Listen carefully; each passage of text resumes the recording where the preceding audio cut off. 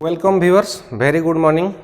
अभी हम इस छोटा सा एक वीडियो के लिए बना रहे हैं आप लोगों के लिए, जिसमें हम आपको बताने जा रहे हैं जो 3 फेज पावर सप्लाई एसी का होता है। इसमें क्या होता है, 3 phase, red phase, yellow phase, blue phase, RYB nomenclature रहता है और न्यूट्रल को हमने ब्लैक में देते हैं। और एक 5th पॉइंट होता है जिसको हमने प्रोटेक्टिव अर्थिंग PE के नाम पे जानते हैं और ग्रीन कलर का कोडिंग में हम लोग करते हैं। तो इसमें देखिए 3 फेज RYB, न्यूट्रल ब्लैक और अर्थ हो गया आपका ग्रीन।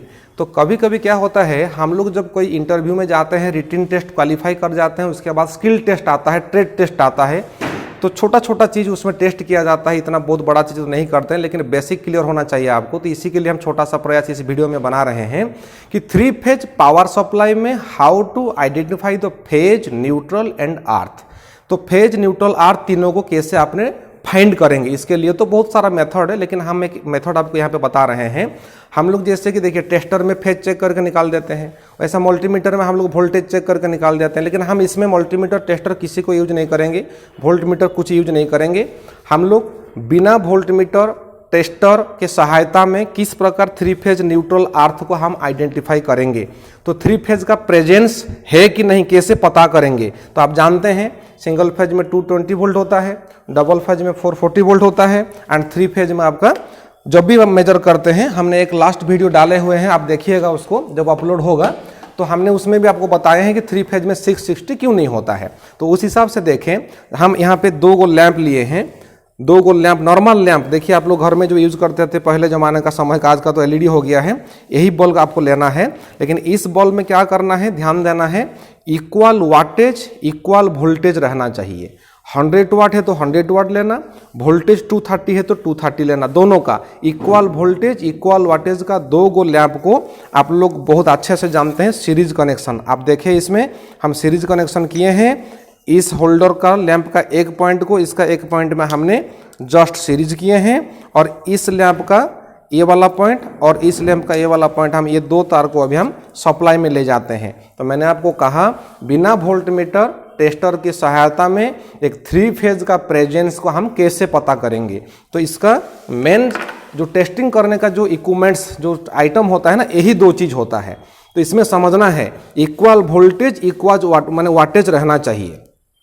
तो इस टेस्ट में हमने क्यों लेते हैं इक्वल वाटेज, इक्वल वोल्टेज, तो इसमें देखें हमने इस लैंप का जो 2 पॉइंट हम बनाए हैं, ये 2 पॉइंट को हमने फेज टू फेज भी चेक करने वाले हैं। अगर फेज टू फेज चेक करेंगे तो हमारा पास जो लैंप है, इसका वर्किंग प्रेशर और जो वोल्टेज हम कहते हैं वो 230 होगा या 240 होगा या 250 होगा। अगर हम डबल फेज में दे देंगे तो इसका जो 2 पॉइंट का माने पावर सप्लाई का जो 2 पॉइंट है, उसमें 440 इनपुट कर गया तो ये बल्ब उसको सह नहीं सकता, उसको बियर नहीं कर सकता, उसका उस इलेक्ट्रिकल प्रेशर को वो हैंडल नहीं कर पाएगा, और ये फिलामेंट इधर कट जाएगा, नहीं तो बल्ब गैस हो जाएगा, मतलब फ्यूज हो जाएगा बल्ब आपका। तो ये 2 इक्वल वाटेज, इक्वल वोल्टेज, ये आपका सीरीज का फंडामेंटल से, सीरीज सर्किट का वोल्टेज डिवाइड होता है। अगर इक्वल वाटेज, इक्वल वोल्टेज का लैंप लेते हैं तो जो भी हम डबल फेज में इसमें इनपुट करेंगे, डबल फेज में मान के चलिए 440 होगा, तो 220 220 इक्वल डिवाइड हो जाएगा। इसीलिए मैंने कहा अगर आपने माने वाटेज और वोल्टेज चेंज कर देंगे तो इक्वल वोल्टेज शेयर नहीं हो पाएगा। तो इस पॉइंट को ध्यान दें। अगर आपके पास मल्टीमीटर नहीं है, टेस्टर आपके पास नहीं है, अगर आप 3 फेज है कि नहीं चेक करना चाहते हैं, सबसे बेस्ट और आसान तरीका यही है। तो इसमें देखें तो इसका जो 2 लैंप का पॉइंट हमने लिया सीरीज करके, एक पॉइंट को आपने जहां पे चारों पॉइंट में अभी तो हम कलर कोड कर दिया है, अगर नहीं भी होगा तो किसी भी एक पॉइंट में इसमें लगाइए। अगर इसको लगाने के बाद क्या करना, बाकी जो 3 पॉइंट आपका रहेगा, 3 पॉइंट में ऐसे 1 बाई 1 टच करना है आपको। यहाँ पे देखें हमने 3 फेज में टच किया, तो हम जानते नहीं अभी तो हम कलर कोड दे दिया, इसीलिए पता चल जा रहा है आपको, लेकिन लैंप का कंडीशन आप देखते रहे। और अभी देखें हमने ये वाला पॉइंट को अभी हम न्यूट्रल से हटा के फेज में ला रहे हैं और दूसरा फेज में लगा रहे हैं। यहाँ पे भी देखिए हम चेंज किया, यहाँ पे भी हमने चेंज करके लगाया। फिर से देखें हम यहाँ पे फर्स्ट पॉइंट जो हमारा न्यूट्रल है वहाँ पे लगाया, और तीनों फेज को टर्न बाय टर्न मैंने चेंज किया। आप लैंप का ब्राइटनेस को भी मार्क किया। अभी देखिए जब हम 2 फेज में डालते हैं उसका ब्राइटनेस को भी आप मार्क कीजिए। तो इसमें आपको पता चला जहां पे ब्राइट ज़्यादा हुआ ये 2 फेज है, और जहां पे आज कंपेयर टू ब्राइटनेस थोड़ा डिम देखा आपको वो न्यूट्रल पॉइंट है। तो कैसे मैंने फाइनल किया, देखिए इसको अगर मैं कॉमन लेता हूं तो इसको मैं फाइनल करता हूं, और ये 3 पॉइंट में मैं टर्न बाय टर्न चेंज करता हूं। अगर डिम वोल्टेज आ रहा है तो ये जो कॉमन पॉइंट में जहां पे फिक्स रखा इसको आप न्यूट्रल मानेंगे 3 फेज में, और जैसे डबल पॉइंट पर आप ऐसे चेक करेंगे तो यहाँ पे देखिए आपका ब्राइट हो जा रहा है, तो ब्राइट होने से इसको आपने फेज मानेंगे। और इसके साथ भी आपको ये प्रूफ हो गया कि 3 फेज प्रेजेंस है। तो 3 फेज का प्रेजेंस बिना मल्टीमीटर टेस्टर में इस प्रकार से जांच करेंगे। और एक चीज एक्स्ट्रा बता देते हैं आपको, अर्थिंग का प्रेजेंस, अर्थिंग है कि नहीं।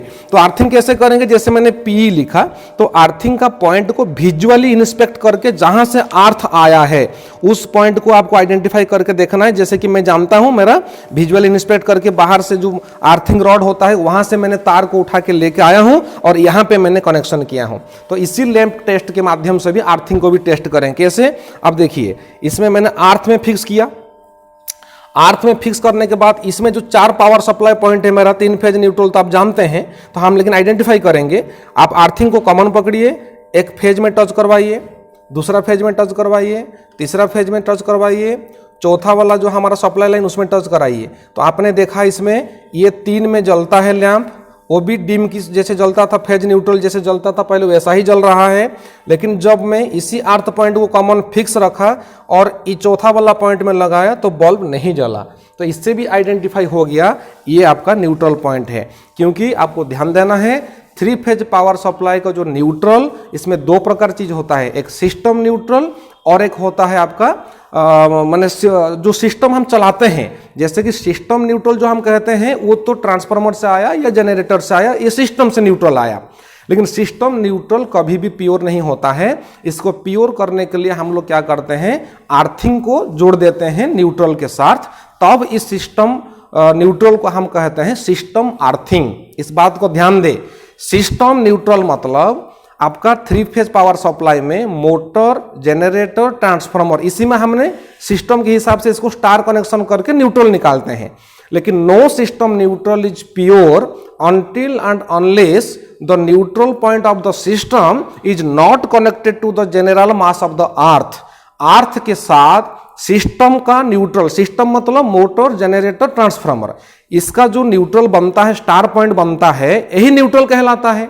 तो इसी न्यूट्रल तब प्योर होगा जब ये जमीन के साथ अर्थिंग में जुड़ा होता है। तो व्यूअर्स, डियर स्टूडेंट्स, मैं आपको ये बताना चाहता हूं, आपका घर में जो पावर सप्लाई एनर्जी बोर्ड का आता है, न्यूट्रल पावर सप्लाई आपका घर में नहीं आ रहा है। ये कैसे आ रहा है, आपके पास सिस्टम से फेज आ रहा है। आप तो बताएंगे सर न्यूट्रल भी तो हम पोल से लेते हैं, आप एनर्जी बिल का पोल से लेते हैं, मैं मना नहीं करता हूं, लेकिन ये न्यूट्रल आता कैसा है, ये न्यूट्रल ट्रांसफार्मर का जो सिस्टम न्यूट्रल जो निकलता है ना, उसको पहले ग्राउंड कर दिया जाता है, वहीं पे जमीन के साथ जोड़ दिया जाता है to secure the neutral point. इसी कारण से क्या हुआ, अभी मैंने ये जो अर्थिंग और न्यूट्रल को लेके ऐसे कनेक्शन किया, अब देखिए बल्ब नहीं ग्लो किया, क्योंकि ये दोनों सेम है। जो अर्थ है वही न्यूट्रल है, क्योंकि यही अर्थिंग को जब न्यूट्रल के साथ जोड़ दिया जाता है तब जाके ये न्यूट्रल सिस्टम का प्योर और सिक्योर होता है। तो इसमें एक क्वेश्चन है, सिस्टम अर्थिंग किसको कहते हैं। The earthing associated with the system, उसका मतलब हुआ कि एक 3 फेज ट्रांसफार्मर में 3 फेज और एक न्यूट्रल 4 तार रहेगा, यही 4 तार को हम सिस्टम कहेंगे। यही 4 तारों में से कोई एक तार मतलब न्यूट्रल का जो तार होता है उसको जमीन में कनेक्शन कर देने के बाद ही न्यूट्रल प्योर और सिक्योर हो जाता है। तो इस कारण से आपका ये वाला अर्थिंग पॉइंट से वेरीफाई करते समय भी, जैसे मैंने अर्थिंग को फेज में लगाया, आप देखिए फेज टू न्यूट्रल जैसे जल रहा है, लेकिन जैसे ही मैं 4th पॉइंट में लगाया बल्ब जलना बंद हो गया। तो इससे पता चल गया ये भी आपका न्यूट्रल है। Thank you.